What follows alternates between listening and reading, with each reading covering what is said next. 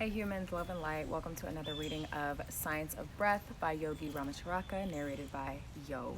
Thai Maat. We've been reading this book for days now, and it's all about the science of breath, what breathing is. We've gone over the nervous system, the respiratory system, the circulatory system, and how breathing is life. There's not just oxygen in the air, there's also prana, there's also energy. And granted, this book was written in the early 1900s, so the style is very much different, but also some of the concepts are a little bit different. Like they talk a lot about how the Oriental versus the Occidental view and theory of breath, also the esoteric versus the exoteric theory of breath, and basically in that saying that at that point in time, the Western world only thought of oxygen as air. And to be honest, we for the most part still do. Though a lot of Eastern practices, or I shouldn't say Eastern practices, though we are waking up and understanding that there's much more to life than just the physical form, though the Eastern practices have known this for a very, very long time. And the proper term for yogi was a person, or a man at that point in time, a person who was pursuing control, dominion, and understanding of the mind, body, and soul. So physically, mentally, and spiritually. So Science of Breath, we're going to start off with chapter 7, chapters 1 through 6. Part of them are on the first 10 minutes of it are on my IGTV video, and the other full videos are on YouTube. You can find them. It's either Thai Chroma or Indie Nomad, where you can find them there on YouTube. But go to my bio, go to the YouTube link, and all of the other chapters will come up there.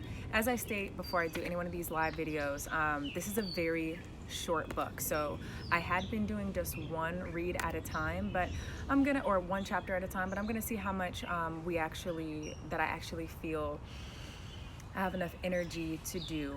So we're gonna start with chapter 7 today. That's the 4 methods of respiration, and I will keep going until I don't feel called to read anymore. Chapter 7, the 4 methods of respiration. In the consideration of the question of respiration, we must begin by considering the mechanical arrangements whereby the respiratory movements are effected. The mechanics of respiration manifest through 1. The elastic movement of the lungs, and 2. The activities of the sides and bottom of the thoracic cavity in which the lungs are contained. The thorax is that portion of the trunk between the neck and the abdomen, the cavity of which, known as the thoracic cavity, is occupied mainly by the lungs and heart. It is bounded by the spinal column, the ribs with their cartilages, and the breastbone, and below by the diaphragm. It is generally spoken of as the chest. It has been compared to a completely shut conical box, the small end of which is turned upward, the back of the box being formed by the spinal column, the front by the breastbone, and the sides by the ribs. The ribs are 24 in number, 12 on each side, and emerge from each side of the spinal column. The upper 7 pairs are known as true ribs, being fastened to the breastbone directly, while the lower 5 pairs are called false ribs or floating ribs because they are not so fastened, the upper 2 of them being fastened to the breastbone direct, while the lower 5 have no cartilages, their forward ends being free. The ribs are moved in respiration by 2 superficial muscular layers known as the intercostal muscles. The diaphragm, the muscular partitions before alluded to, separate the chest box from the abdominal cavity. In the act of inhalation, the muscles expand the lungs so that a vacuum is created and the air rushes in accordance with the well-known laws of physics. Everything depends upon the muscles concerned in the process of respiration, which we may, for convenience, term the respiratory muscles. Without the aid of these muscles, the lungs cannot expand, and upon the proper use and control of these muscles, the science of breath largely depends. The proper control of these muscles will result in the ability to attain the maximum degree of lung expansion and the greatest amount of the life-giving properties of the air into the system. The yogis classify respiration into 4 general methods. 1. High breathing. 2. Mid breathing. 3. Low breathing. 4. Complete breathing. We will give a general idea of the first three methods and a more extended treatment of the fourth method upon which the yogi science of breath is largely based. 1. High breathing. This form of breathing is known to the Western world as clavicular breathing or collarbone breathing. One breathing in this way elevates the ribs and raises the collarbone and shoulders at the same time, drawing in the abdomen and pushing its contents up against the diaphragm, which in turn is raised. The upper part of the chest and lungs, which is the smallest, is used, and consequently, but a minimum amount of air enters the lungs. In addition to this, the diaphragm being raised, there can be no expansion in that direction. A study of the anatomy of the chest will convince any student that in this way a maximum amount of effort is used to obtain a minimal amount of benefit. High breathing is probably the worst form of breathing known to man and requires the greatest expenditure of energy with the smallest amount of benefit. It is an energy-wasting, poor returns plan. It is quite common among the Western races, many women being addicted to it, and even singers, clergymen, lawyers, and others who should know better using it ignorantly. Many diseases of the vocal organs and organs of respiration may be directly traced to this barbarous method of breathing. And the straining of delicate organs used by this method often results in the harsh, disagreeable voices heard on all sides. Many persons who breathe in this way become addicted to the disgusting practice of mouth breathing described in a preceding chapter. I think that was the last chapter. He says preceding chapter, but I think that was the last chapter, nostril breathing versus mouth breathing, also which you can find on my IGTV video and YouTube. If the student has any doubts about what has been said regarding this form of breathing, let him try the experiment of expelling all the air from his lungs, then standing erect with hands at sides, let him raise the shoulders and collarbones and inhale. He will find that the amount of air inhaled is far below normal. Then let him inhale a full breath after dropping the shoulders and collarbone, and he will receive an object lesson in breathing which he will be apt to remember much longer than he would any words printed or spoken. Mid-breathing. 2.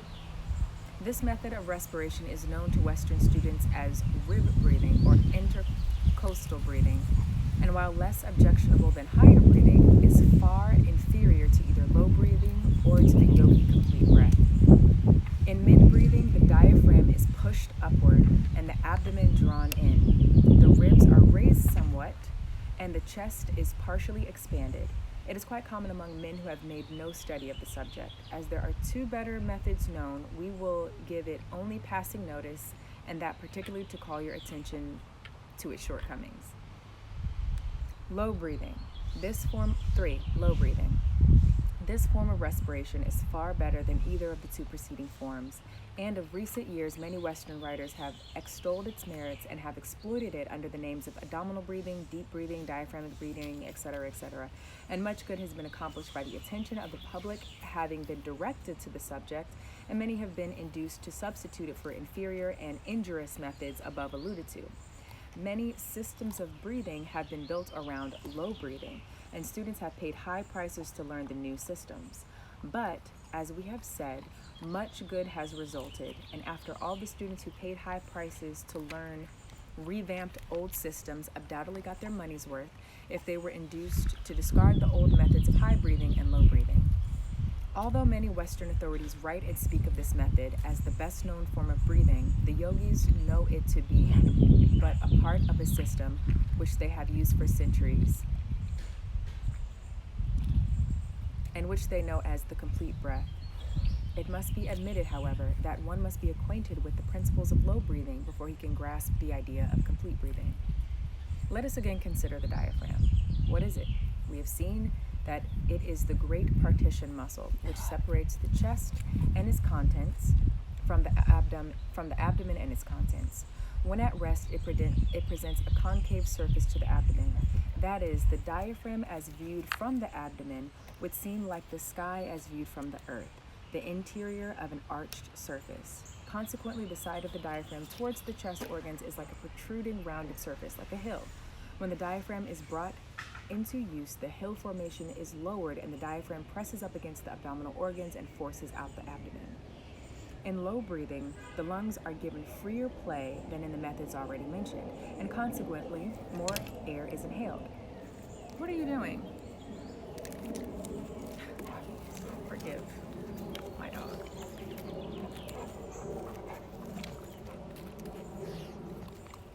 In low breathing, the lungs are given freer play than in the methods already mentioned, and consequently more air is inhaled. This fact has led the majority of Western writers to speak and write of low breathing, which they call abdominal breathing, as the highest and best method known to science. But the Oriental yogi has long known of a better method, and some few Western writers have also recognized this fact. The trouble with all methods of breathing, other than yogi complete breathing, is that in none of these methods do the lungs become filled with air. At the best, only a portion of the lung space is filled, even in low breathing. High breathing fills only the upper portion of the lungs. Mid breathing fills only the middle and a portion of the upper parts. Low breathing fills only the lower and middle parts. It is evident that any method that fills the entire lung space must be far preferable to those filling only certain parts. Any method which will fill the entire lung space must be of the greatest value to man in the ways of allowing him to absorb the greatest quantity of oxygen and to store away the greatest amount of prana. The complete breath is known to the yogis to be the best method of respiration known to science.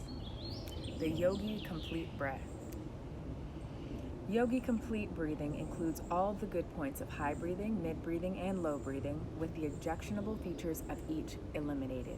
It brings into play the entire respiratory apparatus, every part of the lung, every air cell, every respiratory muscle.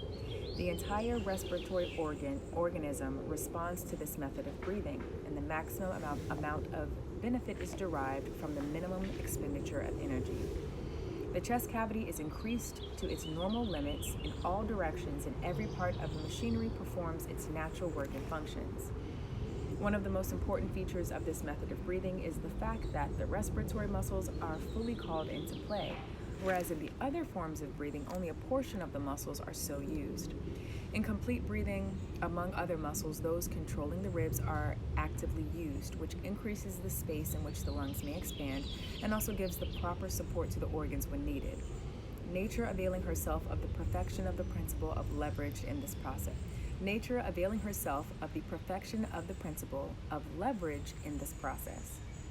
Certain muscles hold the lower ribs firmly in position, while other muscles bend them outward. Then again, in this method, the diaphragm is under perfect control and is able to perform its functions properly and in such a manner as to yield the maximum degree of service. In the rib action above alluded to, the lower ribs are controlled by the diaphragm, which draws them slightly downward, while other muscles hold them in place, and the intercostal muscles force them outward, which combined actions increase the mid-chest cavity to its maximum. In addition to this muscular action, the upper ribs are also lifted and forced outward by the intercostal muscles, which increase the capacity of the upper chest to its fullest extent. If you've studied the special features of the four given methods of breathing, you will at once see that the complete breath compromises all the advantageous features of the three other methods, plus the reciprocal advantages occurring from the combined action of the high chest, mid-chest, and diaphragmatic region, and the normal rhythm thus obtained. In our next chapter, we will take up the complete breath in practice and will give full directions for the acquirement of this superior method of breathing with exercises, etc. That was chapter 7, Science of Breath by Yogi Ramacharaka. And I think I have the space to continue reading.